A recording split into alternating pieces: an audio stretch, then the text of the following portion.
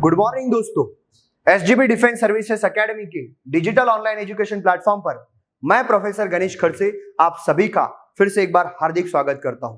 दोस्तों, लास्ट के कई लेक्चर्स में हमने बुद्धिज्म और जैनिज्म, इसकी teaching, philosophy, causes of decline and causes of spreading, ये सारी की सारी चीजें डिटेल में हमने जान ली।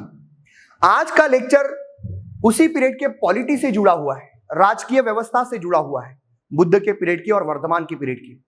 तो चलिए जानते हैं कि हमने जो वैदिक पीरियड देखा था, उस वैदिक पीरियड में हमने अर्ली वैदिक पीरियड में जिस लोगों को राज्य नाम की संकल्पना की कोई मालूमात नहीं थी, जमीन क्या है वो भी उनको समझ में नहीं आता था, वो पूरे के पूरे कैटल्स के पीछे भागने वाले लोग थे। लेटर वैदिक पीरियड में कृषि के कारण जमीन को महत्व प्राप्त हुआ और जिसके पास ज्यादा जमीन उसको गहपति कहा गया। ये सारी चीजें हमने डिटेल में समझ ली थी। तो मुझे एक पॉइंट यहां पर आपको समझाना है कि स्टेट नाम की कंसेप्ट जो है ये लेटर वैदिक पीरियड में इस भारत भूमि ने देखी है। अर्ली वैदिक पीरियड में ट्राइबल समाज था, ट्राइब थी, गण या फिर जन, इस प्रकार का शब्द ऋग्वेद में उल्लेखित है। ट्राइब या फिर गण या फिर जन, ये एक लोगों का समूह है, ग्रुप है, तो ये जमीन से जुड़ा हुआ नहीं है, स्टेबल नहीं है। लेकिन जब ये लोग जमीन से जुड़ जाते हैं लेटर वैदिक पीरियड में, तभी ये गण या फिर जन ये बन जाता है जनपद, जनपद बन जाता है। और ये जनपद जो है, कई सारे जनपद है आपको नॉर्थ इंडिया में, ऐसे कई सारे जनपद देखने को मिलेंगे। अब ये जनपद भी आपस में झगड़ रहे हैं, क्यों? संपत्ति के लिए। पहले संपत्ति गाय थी, गाय के लिए युद्ध लड़े गए, बाद में संपत्ति बनी अब जमीन, तो वो जमीन के लिए लड़े। तो जनपद जो है आपस में झगड़ रहे हैं। अब कई सारे जनपदों का इसमें विनाश भी हुआ और एक जनपद ने दूसरे जनपद को अगर हराया तो उस हारे हुए जनपद का एरिया जीते हुए जनपद को मिल जाएगा। तो इससे क्या हुआ? जनपद बड़ा बनता गया, विस्तारित होते गया, और जनपद बड़ा होने के बाद वो बन जाता है महाजनपद। देखो, जनपद और महाजनपद, इस प्रकार का ये प्रवास है। और बुद्ध के पीरियड में हमें 16 महाजनपदों का उल्लेख मिलता है। कितने दोस्तों? 16। अब वो 16 महाजनपद कौन से हैं ये मैं अभी आपको बताऊंगा। ये उनके नाम है और ये है उनकी कैपिटल। अंग, इसकी कैपिटल है चंपा। मगध, जो कि सबसे इंपॉर्टेंट आपका महाजनपद है, उसकी कैपिटल है राजगृह। काशी या फिर काशी का कैपिटल काशी ही है। वत्स का कैपिटल है कौशाम्बी। कोसल का कैपिटल है श्रावस्ती। शूरसेना का कैपिटल है मथुरा। पांचाला का कैपिटल है अहिच्छत्र या फिर कांपिल्य। कुरु का कैपिटल है इंद्रप्रस्थ। मत्स्य का कैपिटल है विराटनगर। चेदी का कैपिटल है सोठीवटी। उसके बाद अवंती का कैपिटल है उज्जैनी या फिर महेशमती। गांधारा का कैपिटल है तक्षशिला। काम्बोज का कैपिटल है पुंछ। अस्मक का कैपिटल है पोताली या फिर पोदन्ना। वज्जी का कैपिटल है वैशाली। और ये जो है मल्ल का कैपिटल है कुशीनरा, जहां पे बुद्ध की मृत्यु हुई थी या फिर महापरिनिर्वाण हुआ था। तो इस प्रकार से ये 16 महाजनपद है। तो भारत का ये दक्षिण भूमि के एरिया में आपको कोई महाजनपद नहीं दिखने को मिलेगा। ये सब आपको नॉर्थ क्षेत्र में ही देखने को मिलेंगे। देखो, यहां पर है गांधार के एरिया में काम्बोज, ये सबसे उत्तरी दिशा में है। कुरु, शोरसेन, इस प्रकार से ये उल्लेखित नाम आपको यहां पर देखने को मिलेंगे। सबसे साउथ में है आपका अस्मक, जो कि अवंती के नीचे आएगा। तो इस प्रकार से ये 16 महाजनपद जो है नॉर्थ इंडिया के एरिया में स्थित है। अब ये 16 महाजनपद जो है, ऑब्वियसली ये भी आपस में झगड़ेंगे। रीजन फिर से वही, जमीन जीतनी है, एरिया बढ़ाना है। 16 महाजनपद भी आपस में झगड़ते हैं और इन 16 महाजनपदों के लड़ाई में एक ही महाजनपद सक्सेसफुल होता है और उस सक्सेसफुल महाजनपद का नाम है मगध, जिसकी कैपिटल है राजगृह। ये 16 महाजनपदों के टकराव में मगध महाजनपद ही एम्पायर बन पाता है। और एम्पायर बनने के पीछे, मगध एम्पायर बनने के पीछे कई सारे रीजंस हैं, लेकिन मगध इस एम्पायर की सक्सेसफुल होने के पीछे वहां के रूलर्स का रोल बड़ा इंपॉर्टेंट है। और वहां पे रूल करने वाली डायनेस्टीज कौन सी है, तो ये सीक्वेंस में सवाल आपको पूछा जा सकता है। तो मगध पर रूल करने वाली पहली डायनेस्टी है हर्यंका डायनेस्टी, दूसरी डायनेस्टी है शिशुनाग डायनेस्टी, तीसरी है नंदा डायनेस्टी, चौथी है मौर्य डायनेस्टी, पांचवी है शुंग डायनेस्टी और 6 नंबर पर है आपकी कण्व डायनेस्टी। ये सीक्वेंस है, पर इसको याद कैसे रखेंगे सर? तो ये जो रेड कलर में इसको आप पढ़ना है, क्या पढ़ोगे? हसीन माशुका, हसीन माशुका। इसको आप अगर याद रखोगे कोड तो आपको 6 पूरे डायनेस्टीज के सीक्वेंस में नाम याद रह जाएंगे दोस्तों। तो ये बड़ा इंपॉर्टेंट पॉइंट है। मगध, हर्यंका डायनेस्टी में बिंबिसार, अजातशत्रु और उदयन, ये 3 रूलर्स के नाम मिलते हैं। अब सवाल ये आता है कि सर 16 महाजनपदों के टकराव में सिर्फ मगध ही क्यों विजयी होता है? तो मगध के पास में एक बहुत बड़ी आर्मी है, लगभग 9000 हाथी और 6 लाख की आर्मी। धीरे धीरे डेवलप किया उन्होंने, एक साथ में नहीं, लेकिन बहुत बड़ी आर्मी उनके पास में थी। साथ ही साथ उनके पास में संपत्ति की कोई कमी नहीं थी। मगध मतलब आज के यूपी और बिहार का एरिया, और गंगा यमुना दोआब का वही एरिया है, तो वहां पर फर्टाइल प्लेन है, बहुत उपजाऊ जमीन है, तो पैसे की कोई कमी नहीं। अगर आपको पता है भारत के जो आयरन ओर्स माइन है वो झारखंड और बिहार के एरिया में, तो वहां पे लोगों को, इन लोगों को, मगध के साम्राज्य के लोगों को लोहा भी आसानी से उपलब्ध होता था, और साथ ही साथ मगध को अच्छे रूलर प्राप्त हुए। ये कई सारे रीजंस है जिस कारणों की वजह से मगध जीत पाया। रूलर्स के नाम हम जानेंगे, बिंबिसार, अजातशत्रु और उदयन, ये बाप, ये बेटा और ये अजातशत्रु का बेटा, इस प्रकार से।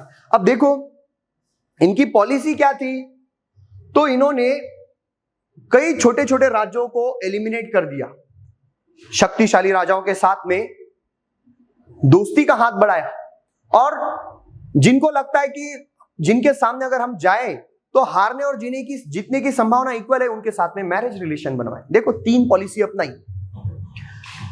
मगध से जो छोटा पावरफुल रूलर है, कम पावर है, ऐसे महाजनपद के साथ में अगेंस्ट में उन्होंने लड़ाई लड़ी। जैसे कि अंग, इनको मालूम था अंग कमजोर महाजनपद है, तो उसके अगेंस्ट में उन्होंने लड़ाई लड़ी, जीत लिया, खत्म करके उनका एरिया अपने अंदर शामिल कर लिया।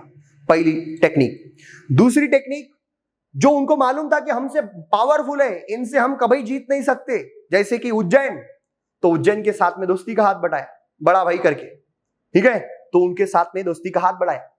और तीसरा फंडा क्या अपनाया कि मान के चलते कि कौशल, एग्जाम्पल के तौर पे कौशल ही है, तो कौशल और मगध दोनों की पावर जो है इक्वल है, तो हार भी सकते हैं, जीत भी सकते हैं इस कंडीशन में, तो उनके साथ में मैरिज रिलेशन बनवाए।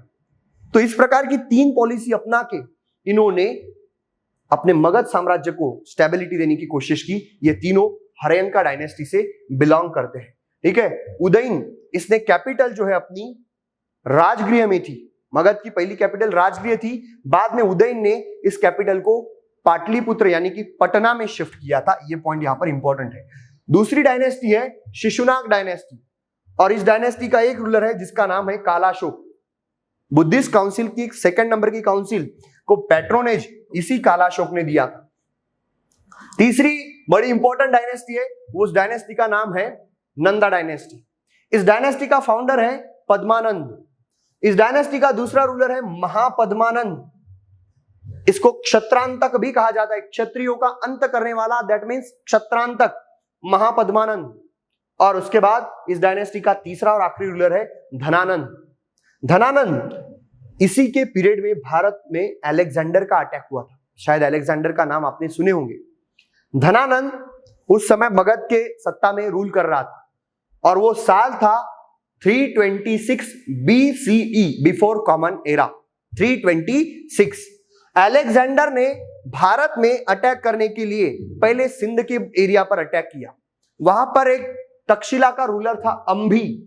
उस अंभी ने उसके अलेक्जेंडर के आर्मी के सामने सरेंडर कर दिया कि भाई मुझे नहीं लड़ना, मैं सरेंडर कर देता हूं। आगे चलकर कश्मीर का एक रूलर है जिसका नाम है पोरस, बड़ा ही शक्तिशाली और स्वाभिमानी रूलर था पोरस, लेकिन उसके पास में आर्मी कम थी।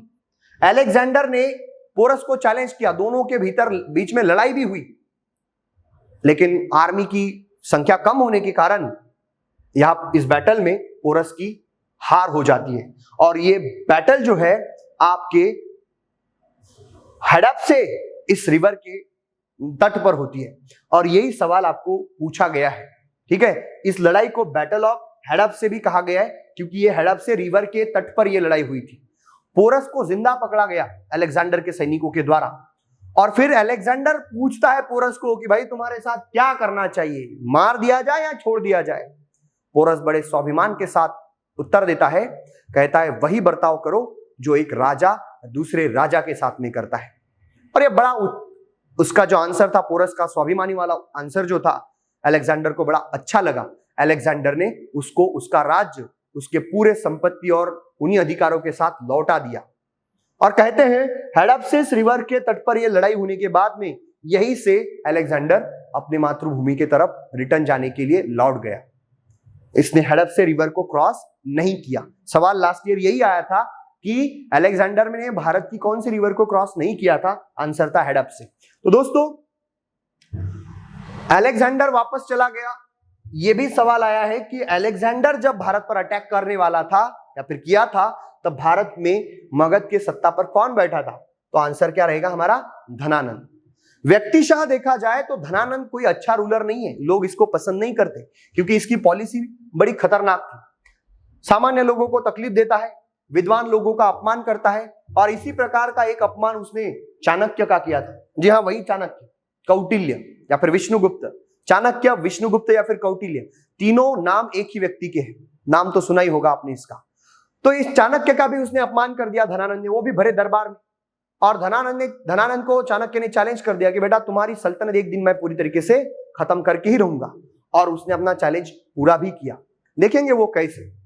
चौथी डायनेस्टी इस मगध पर रूल करने वाली उस डायनेस्टी का नाम है मौर्यन डायनेस्टी। इस मौर्यन डायनेस्टी का फाउंडर है चंद्रगुप्त मौर्य। दूसरा रूलर है बिंदुसार। तीसरा रूलर है अशोक द ग्रेट, चक्रवर्ती सम्राट अशोक। तो ये तीनों रूलर्स को भी हमें इस डायनेस्टी में पढ़ना है। तो दोस्तों इन सब के डिटेल्स में मैं जाऊंगा ही, तो टेंशन मत लो, ठीक है। बताऊंगा कि चंद्रगुप्त किस प्रकार राजा बना, चाणक्य ने चंद्रगुप्त को कैसे राजा बनाया, उन्होंने क्या क्या काम किए चंद्रगुप्त ने, बिंदुसार ने क्या काम किए, और अशोक तो एक बहुत बड़ा महान राजा है, उसके काम तो हमें समझ नहीं है। तो ये सारे जो रीजंस है आने वाले लेक्चर्स में ये टॉपिक्स के ऊपर हम चर्चा करेंगे ही। टेंशन मत लीजिए, पढ़ते रहिए और सूत्र याद में रखिए। क्या? तो सर पढ़ना है। क्यों? क्योंकि महान बनने के लिए। लेकिन पढ़ने से या महान बनने का जो हमारा प्रवास है, इस प्रवास में अंडरस्टैंडिंग नाम का व्हीकल आपके पास में होना चाहिए। तो ये अंडरस्टैंडिंग को डेवलप करना ही तो हमारे लेक्चर्स का उद्देश्य है। तो दोस्तों हंसते खेलते पढ़ाई को पूरा करेंगे। तब तक के लिए थैंक यू।